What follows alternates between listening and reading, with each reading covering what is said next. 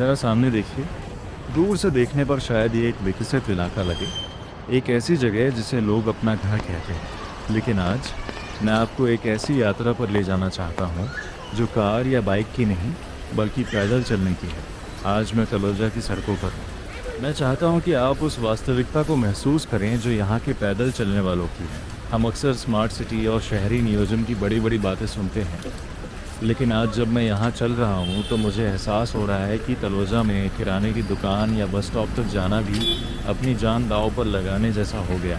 Footpath नाम की कोई चीज़ यहाँ बची ही नहीं। ये अब सार्वजनिक सुविधा नहीं, बल्कि एक युद्ध का मैदान बन गया है। ज़रा इस ओर देखिए, ये सिर्फ एक असुविधा नहीं है, ये एक व्यवस्थित कब्जा है। यहाँ फुटपाथ गायब है, हॉकरों ने उसे निगल लिया है। और आगे देखिए, दुकानदारों ने तो ये तय कर लिया है कि सार्वजनिक जगह उनकी निजी संपत्ति है। उन्होंने अपने बड़े बड़े बोर्ड रास्ते के बीचों बीच लगा रखे हैं, और वह सीमेंट का अवैध निर्माण।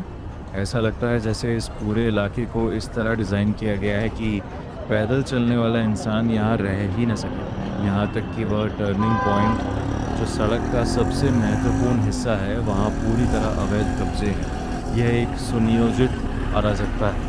जब मैं तलोजा पुलिस चौकी के बिल्कुल बगल में 10 से 12 अवैध दुकानें देखता हूँ तो मैं हैरान रह जाता हूँ।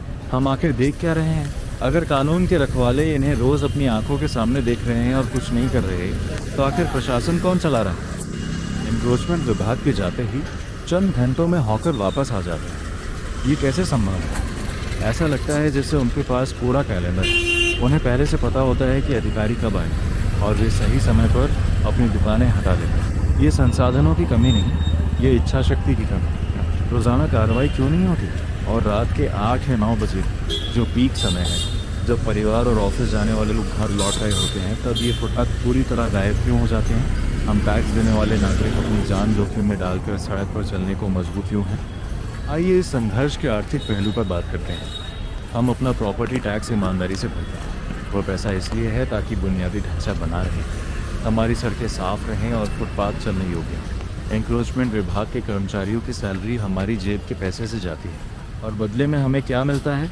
मुख्य सड़क पर चलने की मजबूरी, तेज़ रफ्तार गाड़ियों के बीच से रास्ता बनाना। बीएमसी के इलाकों में अतिक्रमण को लेकर जो भ्रष्टाचार के मामले सामने आए हैं, उन्हें देखकर मुझे डर लगता है। क्या यहाँ तलोजा में भी वही खामोशी और संरक्षण का खेल चल रहा है?